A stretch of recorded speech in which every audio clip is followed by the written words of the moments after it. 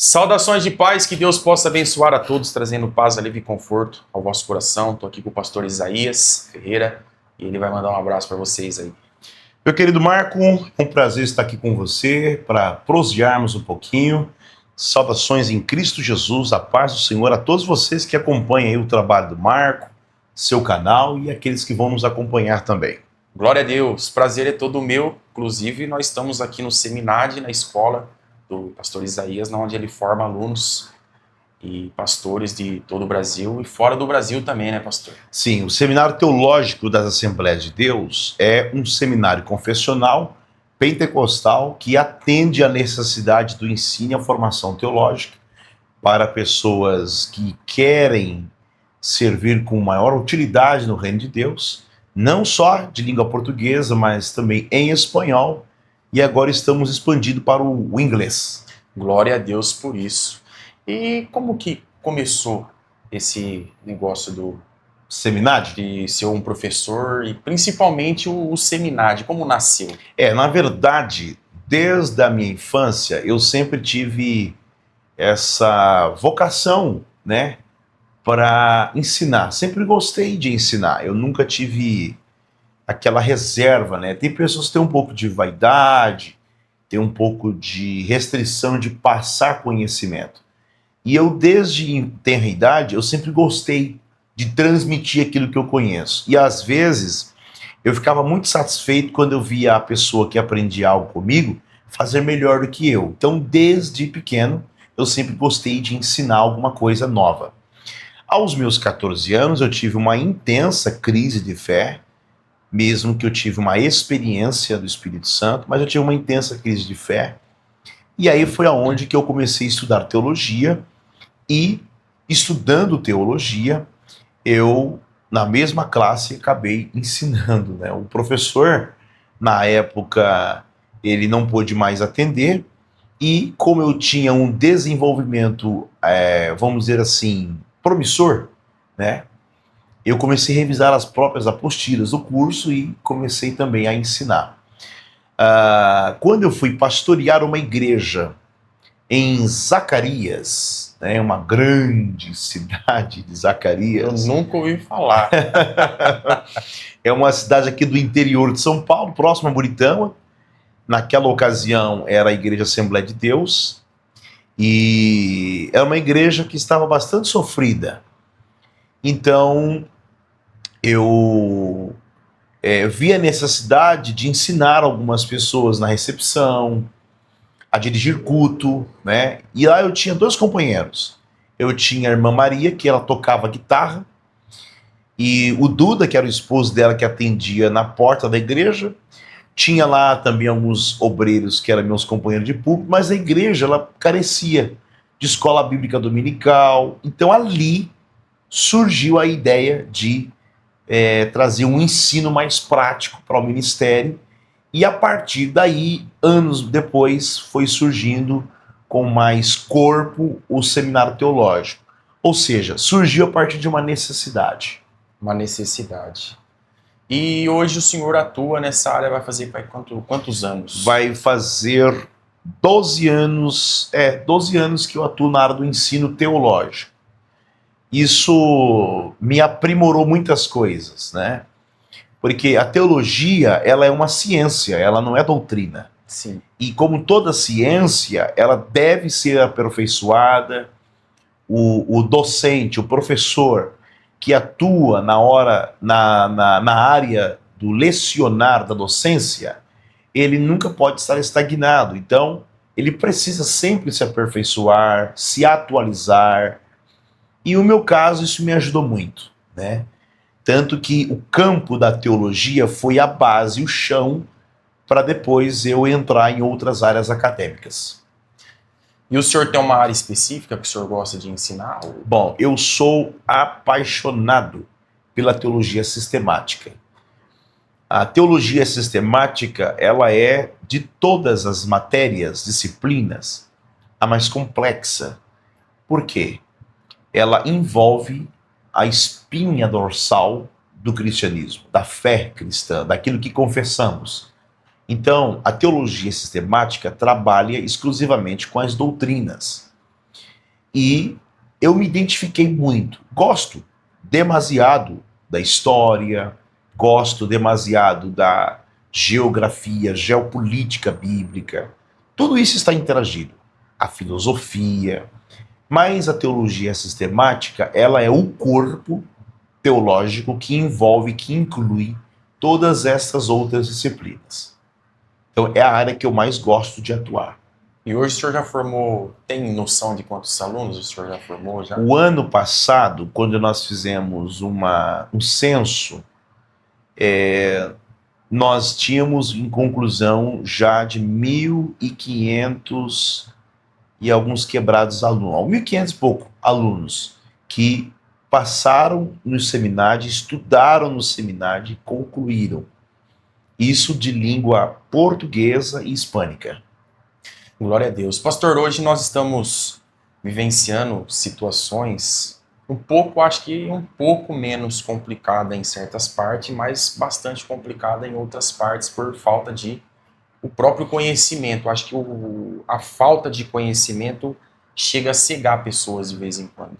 Principalmente nos tempos antigos existia muita falta de entendimento, inclusive eu vejo os tempos antigos, principalmente os antigos, os nossos ancestrais, vamos se dizer bem assim, que muitas das coisas que era implantada dentro da igreja, às vezes era falta de entendimento, certo?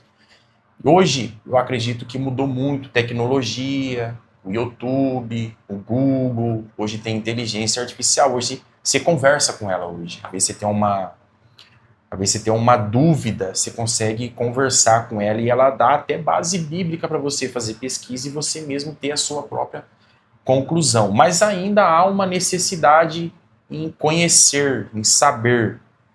Qual que é a maior dificuldade que o senhor já enfrentou em algumas situações, em algumas igrejas, quando às vezes o senhor, acredito que o senhor é um pregador itinerante, o senhor deve ter visto coisas, situações, pessoas fazendo, ou até mesmo falando, ou aplicando, coisas que se nós conhecermos a gente não faríamos. O senhor já vivenciou alguma coisa assim? Tá, vamos lá. Primeiro que, antigamente, né, realmente havia uma certa resistência quanto ao ensino teológico, a busca pelo conhecimento. Porém, eu preciso fazer aqui algumas considerações quanto a isso. Primeiro, os nossos pais, né, não é que eles tinham rechaça com o conhecimento. É que antigamente a Assembleia de Deus, no caso, né, ou o movimento pentecostal, não desprovia de uma escola teológica ou de um seminário teológico. Então, quando aqueles queriam estudar teologia, eles procuravam, então, uma escola de base cessacionista. Às vezes um seminário presbiteriano, às vezes um seminário batista. E muitos, ao aderir estes estudos, né, batistas e presbiterianos, no caso cessacionista, eles voltavam para o meio pentecostal e causava muitos constrangimentos doutrinários. E, de um certo modo, isso, os nossos pais, por zelo excessivo, eles, então, restringiam muito a questão da busca da teologia. Mas isso não era a identidade da igreja. Sim. Por quê? Porque a base da igreja, os nossos fundadores, eram homens que escreveram. Eram homens que sistematizaram doutrinas. Estudados. Que estudaram. Por exemplo, recentemente um pastor famoso disse que a Assembleia de Deus não tem uma teologia pentecostal. Com todo carinho, com todo respeito, ele não tem o conhecimento histórico da teologia pentecostal. Por quê? Porque os nossos pais, quando vieram dos Estados Unidos, Chicago, para o Brasil, por uma indicação divina, eles já eram aderentes do movimento Santidade. O movimento Santidade já tinha sistematizado a soteriologia, já tinha sistematizado a escatologia, já tinha sistematizado a pneumatologia. E mesmo eles, sendo de origem batista, o movimento Santidade aderia muitas pessoas do metodismo, anglicano, presbiteriano, batistas e várias outras pessoas de várias denominações. Então nós temos uma base teológica. E a Assembleia de Deus, no caso especificamente, para superar ou para preencher essa lacuna, que às vezes não tinha um seminário, não tinha uma escola teológica, ela adotou então uma grande ênfase na escola bíblica dominical e também nas grandes escolas bíblicas de obreiros, que hoje é EBOM, Escola Bíblica de Obreiros e Membros, que sempre trata de doutrinas para doutrinar as bases doutrinárias da igreja. Bom, dito isto, na pós-modernidade, que você citou a tecnologia, a internet, as redes sociais, há um grande desafio. E esse grande desafio, ele é um desafio proeminente, principalmente para esta era digital. A geração de hoje, ela detém muita informação e rápida. Ainda que a informação não é o mesmo que conhecimento. O conhecimento, ele é epistemológico, o conhecimento, ele é desenvolvido através da crítica, através da pesquisa, isso é síntese e antítese, né? Aliás, tese e antítese, e depois traz o resumo como síntese. Isso é ciência pura. Isso não é informação. Informação, você acessa um conteúdo na internet e alguém só te traz a síntese, ela não te traz a tese nem a antítese do caso, da matéria, do assunto, do objeto. Ela vai te dar a raiz. Então, e você tem a síntese. A síntese é aquela vitrine que já está sendo vendido para você. Então, isso é informação. As pessoas hoje têm rápido o acesso à informação. Naquele tempo, como não tinha ainda o advento da internet, as pessoas tinham acesso à informação através de uma revista, através de um livro, que às vezes não chegava tão rápido na mão de uma pessoa. Hoje, com o aparelho celular, ou o iPad, qualquer outro aparelho, a pessoa tem acesso. E agora, estamos numa era de revolução digital. O que é isso? A revolução industrial mudou a característica do trabalho. A revolução digital está trazendo uma série de situações para a geração moderna, que é a IA, a inteligência artificial. O próprio material está dizendo inteligência artificial. Ela é generativa, ela vai aprendendo conforme o conteúdo do objeto que vai alimentando ela, e isso tem causado alguns problemas. Por quê? Porque as pessoas, em grande massa, não sabem lidar com a IA. A IA, ela foi uma ferramenta criada não para pensar por nós, mas para auxiliar nossos estudos. Então, antigamente, há muito tempo atrás, quando você entrava em uma casa de uma pessoa que estudava, você encontrava a enciclopédia Barça. Depois vem o Google. O Google facilitou muito. Ou seja, é só um notebook ou um computador. Exatamente. Ao invés de você ter aquele volume de livros Barça, você tem o Google. Clica lá e o Google vai mapear a web, aquilo que está disponível no público, ele vai te trazer em mãos. A IA aperfeiçoou tudo isso. Você não tem mais o Barça. Agora até o Google também está formatado com a inteligência artificial. A IA, ela pensa, caracteriza, formata, estrutura o pensamento para você. Isso é benéfico? Muito benéfico. Te economiza tempo, te economiza finança, muita outra coisa. Mas é maléfico por outro lado. Para quem? Para quem não sabe usar. Por quê? Você precisa exercitar o córtex. Você precisa exercitar a inteligência, a sua própria intelectualidade. Isso é faculdade. Nós temos faculdades na matéria, que é o corpo físico, nós temos a faculdade no espírito, nós temos a faculdade na alma. A faculdade na alma é o intelectus. Se você não desenvolve exercício, não faz exercícios, não trabalha com olfato, a visão, tato, a audição, são faculdades que te auxiliam no seu corpo físico. Se você não trabalhar com as faculdades da alma, que é inteligência, intelecto, senso e tantas outras coisas, você vai atrofiando o conhecimento. E atrofiar o conhecimento é entregar à inteligência artificial o que deve ser exclusivo seu. No final, isso compromete a própria humanidade. Por quê? Retarda o raciocínio. Você não consegue estruturar um pensamento. Você não consegue desenvolver uma crítica. Por isso que o intelectual, o estudante, o amante da leitura, ele não pode se tornar refém da leitura digital e da IA. ele precisa ter um livro físico. Ele precisa ler o livro físico, folhear livro físico. Isso vai além da questão de leitura. Vai a questão do córtex, vai a questão do desenvolvimento intelectual, da crítica, do método crítico de pensamento e tantas outras coisas. Bom, vamos voltar a outra questão que você perguntou. A gente atende alguns convites. Eu não gosto de me colocar na categoria de itinerante, ainda que eu o faça. Eu atendo alguns convites de algumas pessoas, algumas igrejas, mas eu não me considero um itinerante. Eu me considero um pastor que, no momento, não estou pastoreando uma igreja, mas eu sempre fui pastor, sempre gostei de pastorear, sempre gostei de formar pessoas, sempre gostei de contribuir com o crescimento, o conhecimento e a formação, o desenvolvimento de pessoas na igreja. E isso é um atributo, uma vocação pastoral, de mestre, de pessoas que amam ensinar. Não que o itinerante não faça isso, o itinerante também faz isso.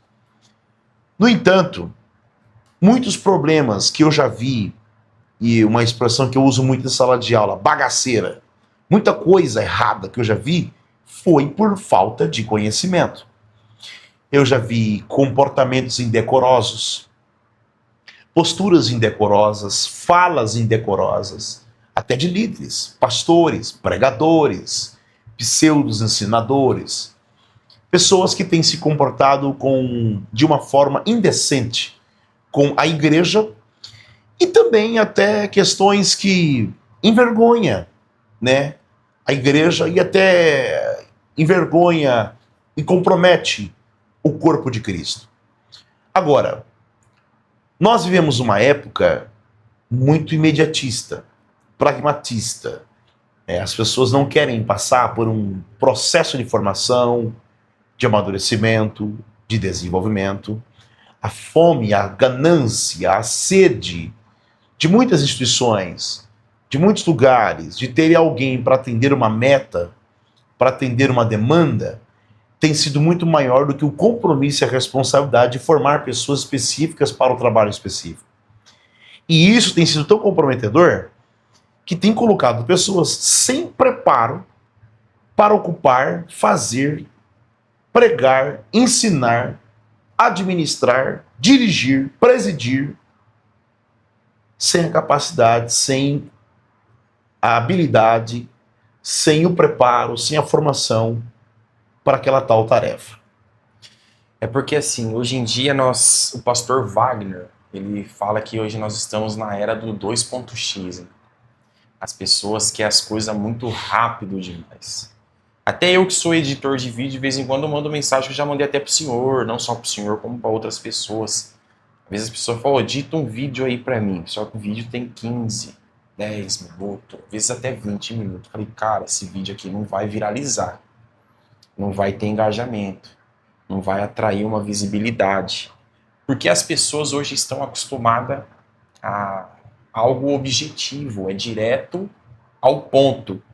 Então eu acho que elas chegam hoje na igreja, amanhã elas já querem pregar. Aí o que elas fazem? Elas pegam informações da internet, informações do Google, informações da inteligência artificial. Às vezes ela estuda somente o conteúdo que ela vai pregar. Inclusive, tem muitos pastores que pregam a mesma mensagem há mais de 5 anos. Parece que ficou preso naquilo. Esses dias mesmo eu estava fazendo uma filmagem e eu falei para o pastor, eu vou pegar o microfone de lapela e eu vou colocar o imã na boca do microfone porque o áudio fica perfeito, como se eu estivesse pegando o áudio da mesa de som. Eu estou usando esse método para mim poder fazer umas gravações com áudio de qualidade para mim poder fazer a edição depois. Aí o pastor falou assim, mas eu não consigo. Eu falei, mas por que o senhor não consegue? Porque eu gosto de pegar na boca do microfone. Aí eu pensei comigo, esse cara não deve ter estudado teologia, porque na teologia ensina até a postura, o comportamento. Na homilética, oratória, exatamente. Então eu percebo que tem pessoas que elas adquirem habilidade para pregar e falar. No meu ponto de vista, e eu já vou perguntar qual é o ponto de vista do senhor. No meu ponto de vista, eu acho que a pessoa que chega na igreja e ela se identifica com o ministério de um apologeta, um ministro, um palestrante, ou até mesmo um pregador itinerante, deseja ser um pregador itinerante, ou até mesmo um obreiro, eu acho que deveria ser obrigatório, não somente numa Assembleia de Deus, como na Batista, eu acho que na Batista deve ser, em outras denominações, obrigatório o obreiro, ou a pessoa que deseja ser um obreiro, estudar por 1 ano, 2 anos, 3 anos, o que seja, para poder aprender não somente sobre Deus, não somente manusear a palavra de Deus, mas também comportamento. Porque nós vemos muito isso dentro da própria Bíblia.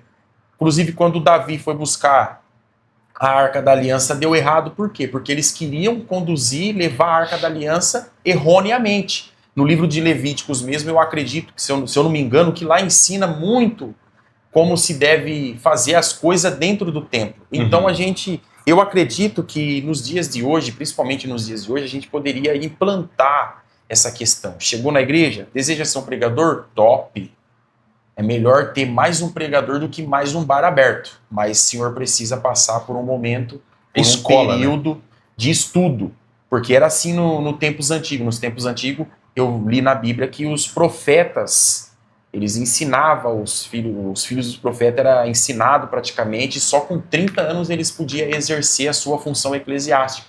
E hoje a gente vemos pessoas que chegou ontem e hoje já estão ensinando. O que acontece?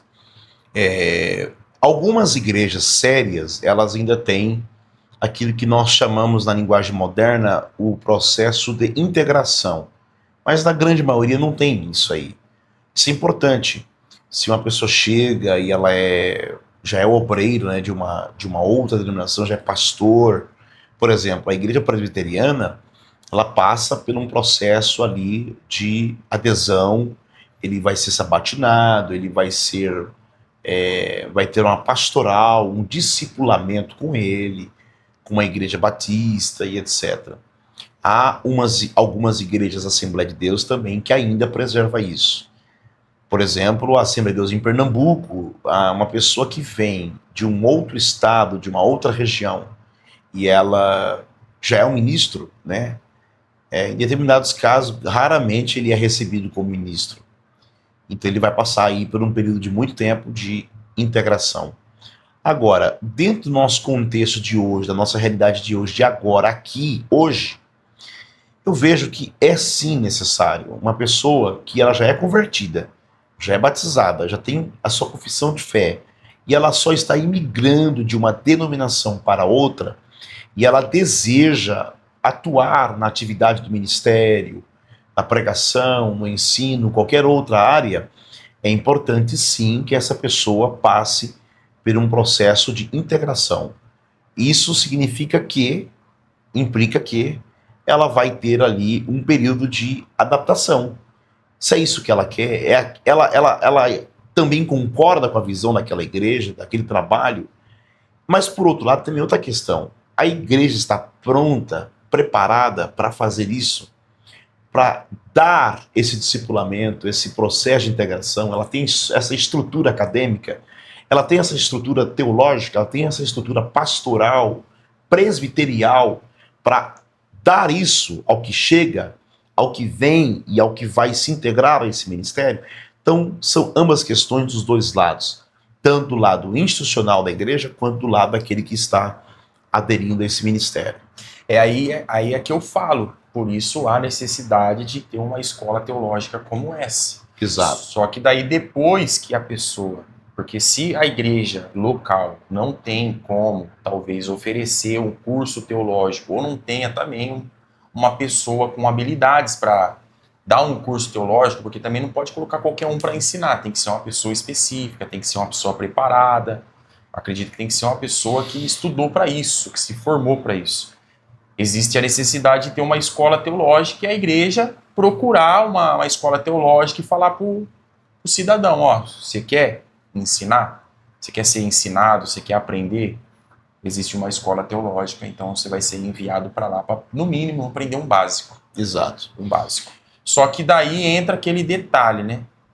às vezes a gente se depara com situações de pessoas com poder aquisitivo. E o que o pastor faz para não perder o obreiro?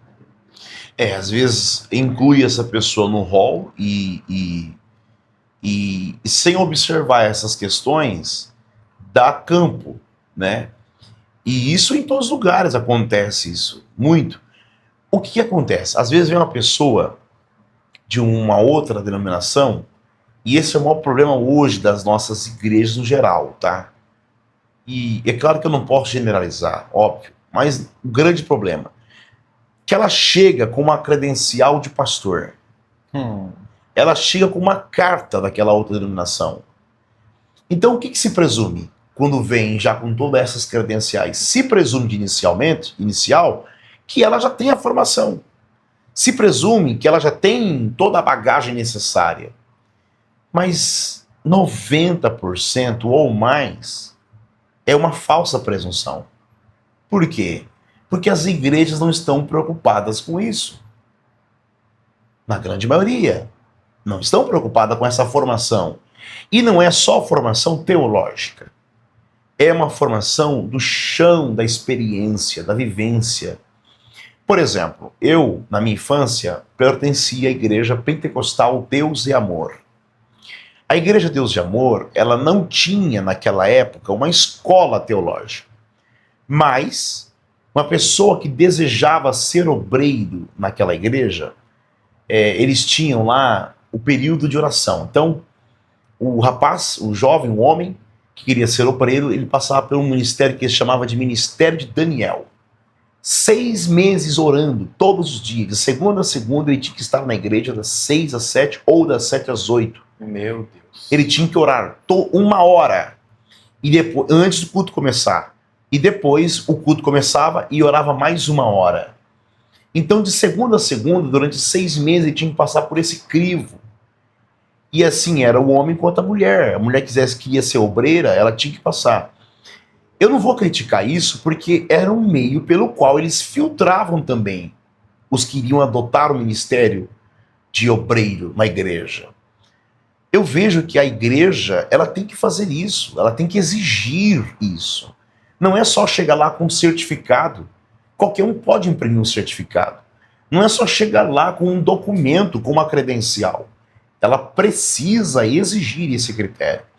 O Seminade, que é o Seminário Teológico das Assembleias de Deus, surgiu no início para atender uma necessidade do ministério. Hoje, aqui em São José do Rio Preto e região, no noroeste de São Paulo, eu não falo isso com demagogia, não falo isso com nenhuma prepotência e nenhuma vaidade. As pessoas dão testemunho da escola. É uma escola ortodoxa, é uma escola rígida, é uma escola que, além de ser confissão pentecostal, ela trabalha com método exigente. Se o aluno, o acadêmico, ele começa a estudar e ele não tem desempenho, nós fazemos questão que esse aluno ou ele faça uma virada de chave ou ele se retire do seminário. Porque nós não procuramos quantidade, nós procuramos a qualidade da formação teológica.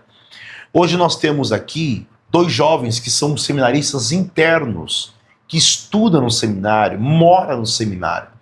Sabe, está aqui disponível. As igrejas deveriam, elas não têm o trabalho de ter uma escola, elas não têm essa preocupação de sistematizar, organizar uma estrutura. Elas podem enviar os seus interessados ao seminário. Procura saber, conhecer a escola, que é uma escola que vai atender aquilo que a igreja precisa para atender essa necessidade da formação teológica. E nós temos um problema muito importante. Estude a Bíblia com propósito.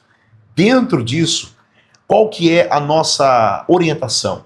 Ao mesmo modo que nós exigimos um estudo exaustivo, também exigimos uma vida de oração exaustiva, para que não seja uma teologia árida, seca, sem fluidez. Glória a Deus. E qual que é a diferença para as pessoas que vão assistir de uma faculdade teológica para um seminário teológico? Eu inicio mostrando na prática um exemplo. Na Igreja Católica, quando uma pessoa deseja ser padre, eles não enviam essa pessoa para a PUC, a Pontífice Universidade Católica, que é uma grande universidade. Mas eles enviam ele para um seminário. Numa igreja reformada cessacionista presbiteriana, quando alguém deseja ser um pastor, um reverendo, eles não enviam para uma Mackenzie, embora uma excelente universidade. Eles enviam para um seminário. Por quê? Porque o seminário, ele é muito mais avançado do que uma faculdade, do que um instituto local. A metodologia do seminário é formar para o ministério. Então, um seminarista, a teologia de um seminarista é apologético. A teologia de um seminarista é exegético. Ele faz teologia, ele é um pesquisador nato. E quando um seminário ele tem esse método, ele é confessional. No caso do Seminade, a confissão teológica dele é das Assembleias de Deus. É pentecostal. E essa é a diferença. Agora, muda muitos aspectos. Corpo docente, por exemplo, na faculdade, eu tenho alunos aqui que estudaram e que também estudam em outras faculdades contemporaneamente com o seminário. Vai fazer aula de filosofia, um professor lá talvez nem é cristão. Mas como ele tem as credenciais acadêmicas de filosofia, ele pode lecionar na faculdade a matéria de filosofia. E ele não é cristão. Um seminário não funciona assim.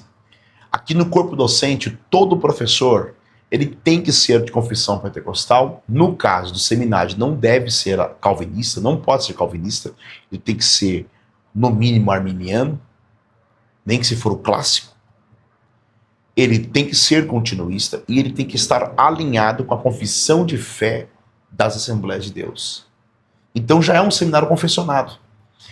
Todos os professores não vai ser de viés ideológico marxista, teologia liberal, teologia da libertação. Então um seminário ele está protegido, privado dessas vertentes que comprometem a confissão pentecostal continuista. Glória a Deus. Inclusive, o senhor tem um tratado teológico, né? Sistemática. No Brasil existem brasileiros que escreveu a teologia pentecostal, do Walter Brunelli, que foi o primeiro. A CPAD publicou também com várias participações de vários teólogos, mas eu fui corajoso e ousado, e por que não dizer atrevido, em escrever esse tratado de teologia sistemática pentecostal, com as principais doutrinas da fé cristã dentro da perspectiva pentecostal. 1.250 páginas, essa é uma obra que está já na 3ª edição. E como que faz para adquirir um livro desse? Bom, a pessoa pode adquiri-lo pelo site do próprio Seminade, www.seminade.com.br, vai estar na descrição aí depois, né? E também pelo telefone do próprio seminário, né? Atendimento é 17 992 991 17 991 26 6841. E também pelo Instagram do próprio seminário, Seminade Internacional. Aí tem na Shopee, tem na Amazon também, pode adquirir. Tem por todo lugar. Todo lugar. Glória a Deus. E para finalizar, como que faz para o povo vir conhecer o Seminade? Bom, a pessoa pode vir em qualquer dia de aula. As aulas estão abertas de segunda e também de quinta. Inclusive, estamos formando uma turma nova para o sábado. E essa turma de sábado é uma vez por mês. Então a pessoa não precisará vir todos os sábados. Mas é o sábado o dia todo, das 8 da manhã até às 16. Ou pode entrar em contato com o telefone que acabei de informar, e a pessoa pode agendar uma visita. Ela pode vir, conhecer a estrutura, conhecer a escola. Pertinho aqui do Shopping Rio Preto. E o endereço? Rua José Urias, Jardim Panorama 534.